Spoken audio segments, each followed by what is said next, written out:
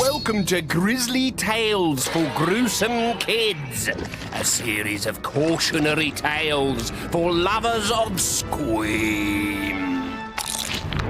I call this tale Crocodile Tears.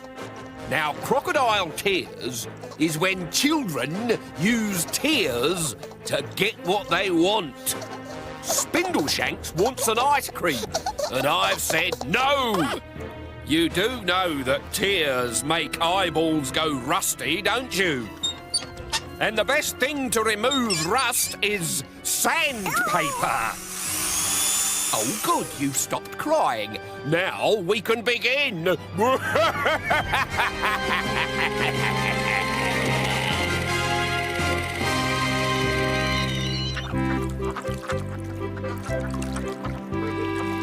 The Howling household was damper than your average home.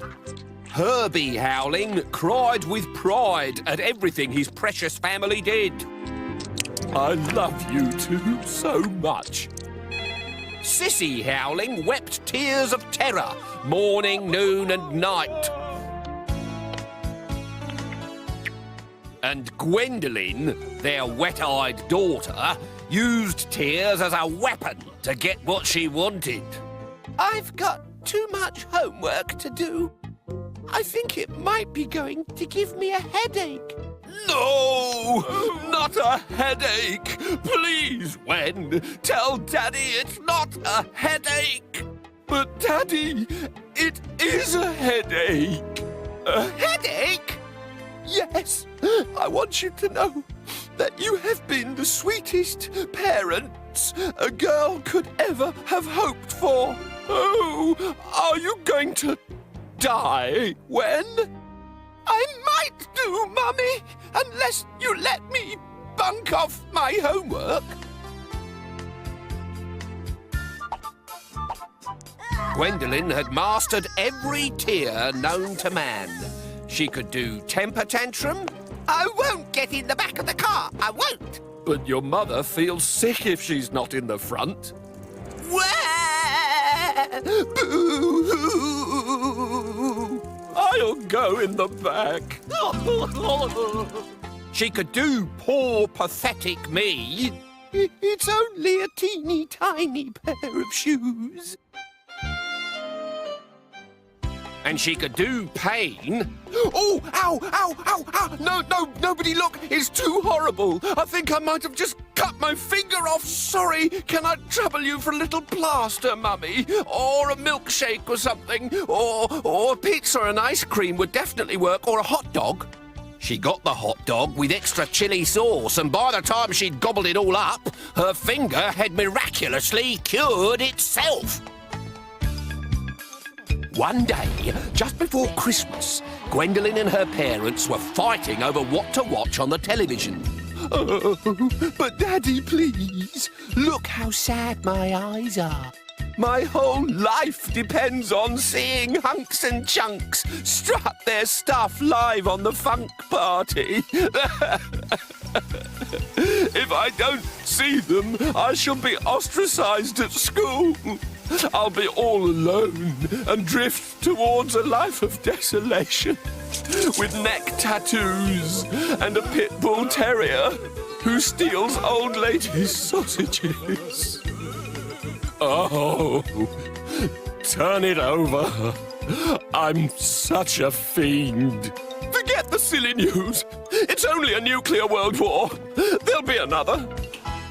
But by the time they'd finished their group hug, Hunks and Junks had finished their song. She was wiping the crocodile tears from her face when she noticed something move inside the teardrop on her fingertip. I am a tear duck, born of titch witchery, and I bring you a warning from Sakusaki, the old croc. Who? Be scared, young miss. He is a monstrous beast, torn from a time when sorcery reigned, when crocodile tears were as precious as diamonds, because only crocodiles cried them. Then children like you stole these tears. If you continue to spill them, Sakusaki will have no choice but to take back what are rightfully his. Take back my tears? Have you gone mad? Sakasaki says no more crocodile tears, or else. It will all end in tears. Yawn, yawn. I'm not 3 years old, you know. I don't believe you. But a little bit of Gwendolyn must have done, because when her parents took her to see Peter Pan that same afternoon, a pantomime that famously features a crocodile, she cut out the tears altogether. When her parents wanted to catch a bus to the theatre and Gwendolyn wanted to ride in a white limousine, she did not cry. When she wanted the most expensive seat in the house, she did not cry. When she wanted 3 boxes of chocolates and her mother said no, she still did not cry. My parents are really cruel and make me sleep outside in a kennel, everyone.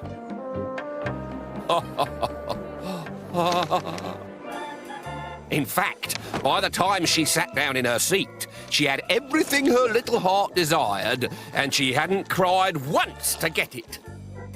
Until the interval, when the person in front of her bought the last raspberry ripple ice cream.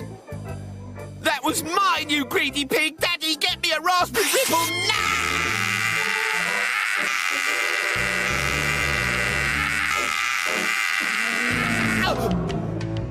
Ooh. It was just a stupid actor. And because Gwendolyn was an actor too, she was no longer afraid. If bratish screaming didn't get her an ice cream, tears certainly would. It worked. Her crocodile tears were a triumph. Ah! What's happening? Squealed her mother. There's something in my eye! Take it out! Take it out! Wenny! Wailed her father. Your eyes have turned green. And as he watched, the largest tear that Gwendolyn had ever shed oozed out of her eye and plinked into her hands. She knew what she was going to find. Sakusaki, the old croc himself. Wait a minute. You're not big and monstrous at all. You're just a titch. How? And in the twinkle of a reptile's eye, the magic crocodile grew until it was 3 times Gwendolyn's size. Then, with one snap of its powerful jaws, it woofled her up like a tub of ice cream.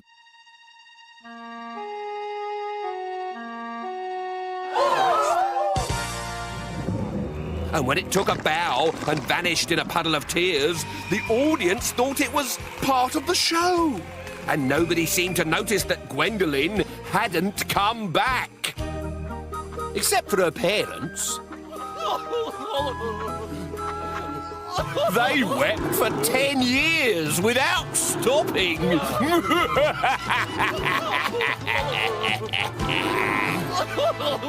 So you see, it did all end in tears. For everyone, that is, except Spindleshanks. Still smiling, Spider? No more crocodile tears? Actually, while you're there, do you mind if I practice my knife-throwing act?